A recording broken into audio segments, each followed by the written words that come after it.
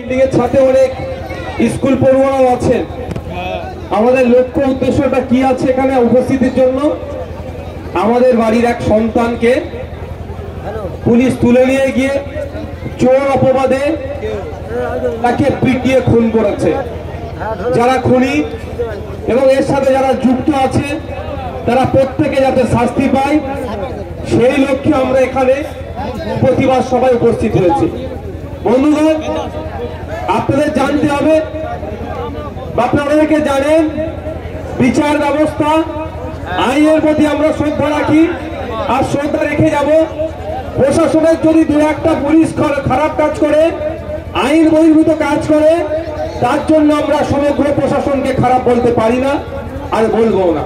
তবে হ্যাঁ, তখন আমরা টোটাল প্রশাসনকে করাপ্টেড বলবো, খারাপ বলবো যখন দেখবো প্রশাসন একত্রিত হয় যদি এই যারা কালপিট, যারা আমাদের আবু সিদ্দিক হালদারকে খুন করেছে তাকে যদি পাঠানোর চেষ্টা করে, তখন আর কোন প্রশাসনকে ভালো কি খারাপ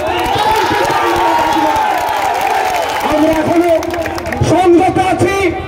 আশা করছি আমাদের সংযত থেকেই আমাদের আবু সিদ্দিককে হত্যা করেছে, যারা খুন করেছে, প্রশাসনের মাধ্যমে, বিচার ব্যবস্থার মাধ্যমে আমরা এই বিচার পাবো। আমরা প্রশাসনের প্রতি ভরসা রাখছি, কিন্তু প্রশাসন যদি মনে করে এই ভরসা রাখা আমাদের দুর্বলতা, তাহলে সেই প্রশাসনের ঊর্ধ্বতন কর্তৃপক্ষকে জানিয়ে দিয়ে দিতে চাই যে আমাদের যেমন ভরসা রাখতেও পারি, আমরা যেমন বিচার ব্যবস্থার মধ্যে ভরসা রাখছি, যদি আইনত ব্যবস্থা নিয়ে আবু সিদ্দিকের বিচারের যারা খুন করলো তাদেরকে সর্বোচ্চ শাস্তির জন্য যে আমরা এগিয়ে যাচ্ছি, তাকে যদি ডিস্টার্ব করে, রাতে এসে আবু সিদ্দিকের চাটাকে যদি ডিস্টার্ব করে, তাহলে আগামী দিনে কিন্তু আমরা মাঠে ময়দানে বুঝে নেব।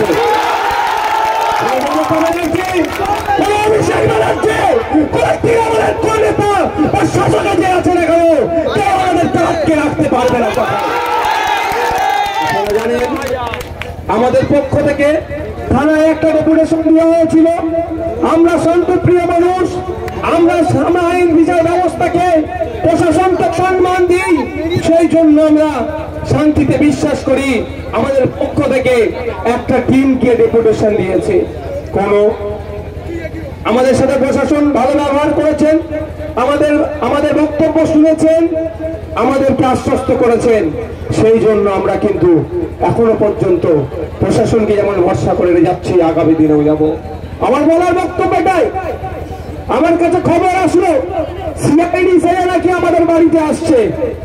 এবার বলা যাচ্ছে আপনাদেরকে, গ্রামবাসীকে বলা যাচ্ছে, এই সিআইডি সেনা হোক আর সিবিআই সেনা হোক, যে আসবে বাড়িতে আগে আইডি কার্ডটা চেক করবেন। কি করবেন? আগে আইডি কার্ড চেক করবেন। আপনি কে? আপনার আইডি কার্ড দেখান। যদি না দেখাতে পারে, ভদ্রভাবে ঘরে বসে পানির বোতল দিয়ে তাকে দরজার মধ্যে তালা মেরে ঘরের মধ্যে রেখে দেবে। তারপরে আমাদের কিছু বলবে। সিআইডি আসতে পারে, কিন্তু আমি খবর পেলাম যে আমাদের সাথে যোগাযোগ হয়েছে, আমরা যেই বললাম ওনার আইডি কার্ডটা দেখতে চাও তো, তখন সুর করে পালিয়ে গেল। ভয়ের বাতাবরণ করার চেষ্টা হচ্ছে। একের পর এক ছেলেকে কোন জায়গায় পিটিয়ে মারছে, কোন জায়গায় থানায় তুলে নিয়ে গিয়ে মারছে, কোন জায়গায় মিথ্যা কেস দিয়ে এই মুসলিম সমাজের যুব সম্প্রদায়গুলোকে, আদিবাসী দলিত পরিবারের ছেলেগুলোকে, যারা একটু প্রতিবাদী, যারা অন্যায়ের বিরুদ্ধে কথা বলে, তাদের মুখকে বন্ধ করার চেষ্টা করছে। আর হতে দেওয়া যায় না। আমরা এখানে দাঁড়িয়ে শপথ করতে হবে আমাদেরকে।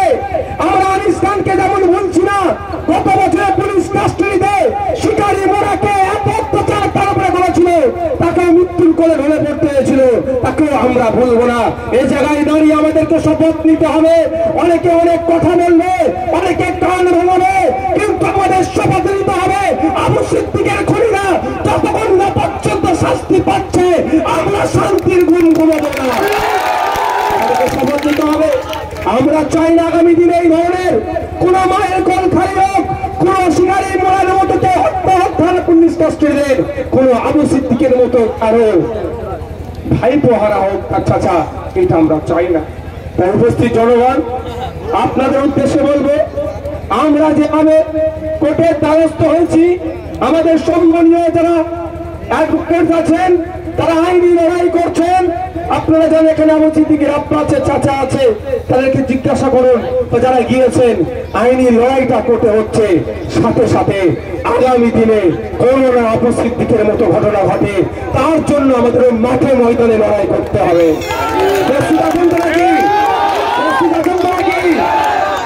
আর একটা কথা, আমি যখন আসছিলাম আমার কাছে একটা ফোন গেল, আমাদের এখান থেকে নাকি কেউ পুলিশকে দেখে তেড়ে যাচ্ছিল। এটা কখনোই কাম্য নয়। এটা হতে পারে আপনি আমি এসেছি মধ্যখান থেকে এই প্রশাসনদেরকে বাঁচানোর জন্য।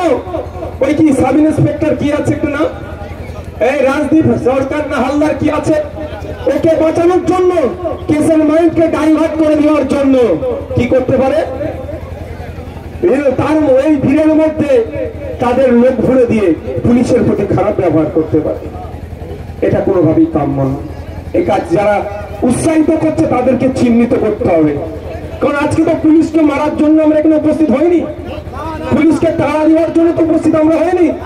আমরা আমাদের ভাইয়ের খুনিদের বিচারের দাবিতে এখানে উপস্থিত হয়েছি। সুতরাং এখানে যা আমাদের মধ্যে থেকে এই ধরনের অন্যায় কাজ করার চেষ্টা করছে তাদেরকে কি করতে হবে, চিহ্নিত করতে হবে। কারণ আপনারা ভালো করে জানেন, যেদিন আবু সিদ্দিককে খুন করেছিল তারপরের দিনেই আবু সিদ্দিকের গ্রামের মানুষজন, এলাকার শুভবুদ্ধি সম্পন্ন মানুষজন, হিন্দু মুসলিম নির্বিশেষে, মা বাপ নির্বিশেষে ভোলা থানার সামনে শান্তিপূর্ণ প্রতিবাদ করছিল। কিন্তু দুর্ভাগ্যের বিষয়, আমার কাছে ভিডিও আমার কাছে এসেছিল, সেখান থেকে নাকি এই শান্তিপূর্ণ থেকে নাকি কেউ ইট ছুঁড়েছে এই অভিযোগ আছে। কিন্তু আমি দায়িত্ব নিয়ে বলতে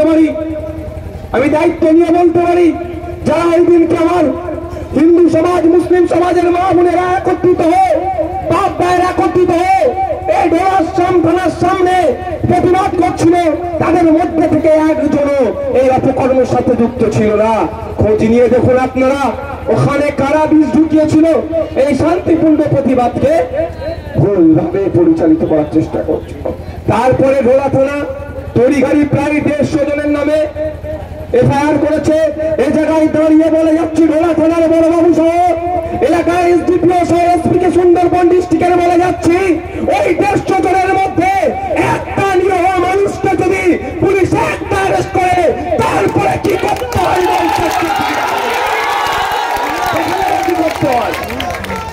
কিন্তু সুযোগটা পেল তো 150 জনের নামে মিথ্যা মামলা করে দিল। এই সুযোগ দেওয়া যাবে না। সব সময় আবেগের নিয়ে আমাদের ওরা খেলার চেষ্টা করবে, আমরা খেলতে দেব না। আমরা আইন বিচার ব্যবস্থার প্রতি যেমন ছেড়ে রেখেছি, সাথে সাথে আগামী দিনে এই ধরনের ঘটনা ঘটে তার জন্য আমরা মাঠে ময়দানে থাকবো। আমি আপনাদের বলি, আপনারা শুনলে অবাক হবেন, আজকে আপনারা দেখছেন যে এখানে আইএসএফ এর ছেলে, আইএসএফ এর কর্মী বলে ভাইজানদের এত ভালোবাসা দরদ উঠলে উঠেছে। শুধু তাই নয়, আপনারা জানেন গত বছরে তুহিনা খাতুন বলে আমি তার বাড়িতে পৌঁছে গিয়েছিলাম, পুরোপুরি তৃণমূল পরিবারের মেয়ে, কিন্তু তৃণমূলের অত্যাচারের কারণে তাকে সুসাইড করতে বাধ্য হয়েছিল।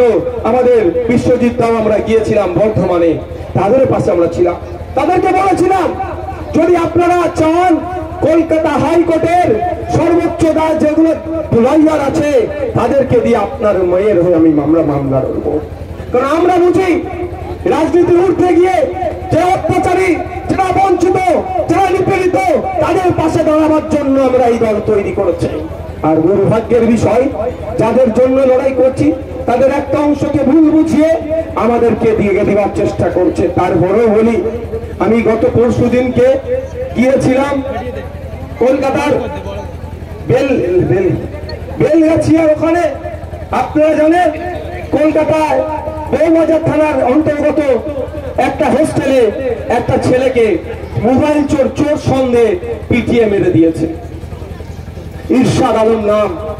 আমি তার বাড়িতে গিয়েছিলাম, আমি বাড়িতে গিয়ে সত্যি বলছি আমি অবাক হয়ে গিয়েছিলাম। একটা বাড়ি 100 স্কোয়ার ফুটের মধ্যে হবে, তারও অনেক কম হবে। সেখানে 4 জন থাকে, ওর ফুফু 1 জন থাকে, ইরশাদ আলমের স্ত্রী, একটা ক্লাস 5-এ পড়ে, তার মেয়ে ক্লাস 1-এ পড়ে, একটা ছেলে। এই পরিবার নিয়ে থাকতো। তাকে পিটিয়ে মেরে দিল। ভাবতে পেরেছেন আজকে আমাদের রাজ্যে যাদের হাতে আইন শৃঙ্খলা দেখার দায়িত্ব, তারা যদি সঠিকভাবে ভূমিকা পালন করে তাহলে এরশাদ আলমের যারা খুনি তারা সর্বোচ্চ শাস্তি পাবে। কিন্তু দুর্ভাগ্যের বিষয়, আমি ভেবে পাচ্ছি না যে আমরা কোন দিকে এগিয়ে যাচ্ছি। সারা রাজ্যে মব লিঞ্চিং হচ্ছে। বিগত 1.5 মাস যদি আমরা দেখি, কি 2 মাস যদি লক্ষ্য করি, সারা রাজ্যে প্রায় 14 থেকে 15টা ঘটনা ঘটেছে যেখানে পিটিয়ে মেরে দেওয়ার ঘটনা। কোনটা পুলিশ থানার কাছাকাছি, পুলিশ থানা স্টেশন থেকে 500 মিটারের মধ্যে, তো একটু দূরে। কিন্তু দুর্ভাগ্যের বিষয়, রাজ্য সরকারের যিনি প্রধান আছেন তার একটা মন্তব্য শুনলাম না। আমরা ভুলে যাচ্ছি না, আর আমি ভুলে যেতেও দেব না আপনাদের। যখন আনিসকে হত্যা করেছিল, এই ছাদ থেকে পুলিশ ছেলে ফেলে দিয়ে তাকে যখন মৃত্যুর কোলে ঢুকে পড়তে হয়েছিল, মমতা ব্যানার্জি দীর্ঘক্ষণ নীরবতা কাটিয়ে বলেছিলেন 14 দিনের মধ্যে না 15 দিন টাইম দিয়েছিলেন।